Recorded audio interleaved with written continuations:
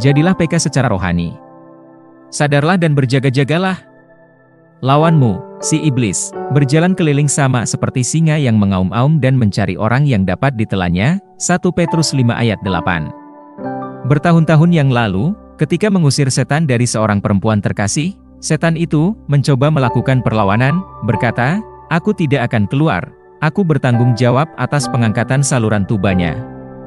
Tentu saja, saya tidak repot-repot mengajak setan itu berdialog, saya hanya berkata, "Keluarlah kamu sekarang juga, dalam nama Yesus." Dan dia berteriak dan keluar dari perempuan itu. Kemudian, perempuan itu mulai menjelaskan kepada saya bagaimana dia mendapat diagnosis yang salah dan menjalani salpingektomi bilateral. Dia tidak tahu setan bertanggung jawab atas kesalahan kejam itu. Hal ini telah terjadi pada banyak orang.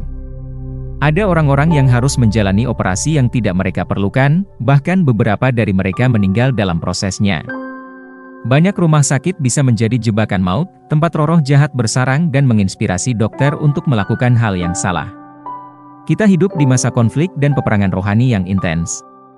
Seorang gadis muda berusia sekitar 9 tahun menjadi kerasukan setan, perilakunya tiba-tiba berubah dan kesehatannya menjadi tidak stabil. Tidak ada yang bisa memahami apa yang terjadi padanya. Dia mulai mengalami mimpi yang sangat aneh di mana dia menemukan dirinya berada di dasar sungai bersama seorang ratu dan gadis-gadis lain seusianya. Hidupnya menjadi berantakan. Belakangan diketahui bahwa semua itu terjadi di sekolahnya ketika temannya, yang kerasukan setan, memberinya hadiah tertentu, dan iblis masuk ke dalam dirinya. Hidup itu rohani, segala sesuatu yang dapat engkau lihat dengan matamu dan yang terhubung secara fisik denganmu, berasal dari alam roh. Penting bagimu untuk peka secara rohani untuk membedakan dan menghadapi musuh dengan tegas kapanpun dia muncul. Bersiap-siagalah. Tuhan Yesus memperingatkan kita untuk berjaga-jaga dan berdoa, Markus 13 ayat 33.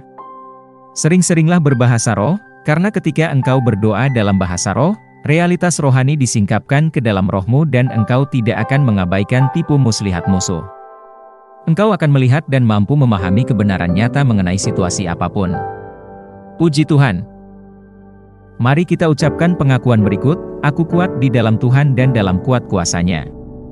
Aku selalu menyimpan firman-Nya di dalam hatiku dan di dalam mulutku dan oleh karena itu aku tidak menyukai semua siasat, skema, manuver, dan manipulasi iblis.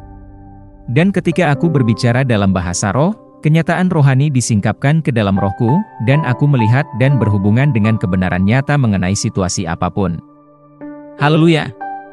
Ayat renungan hari ini terdapat dalam Efesus 6 ayat 10-13, Mazmur 121 ayat 8, 1 Timotius 1 ayat 18.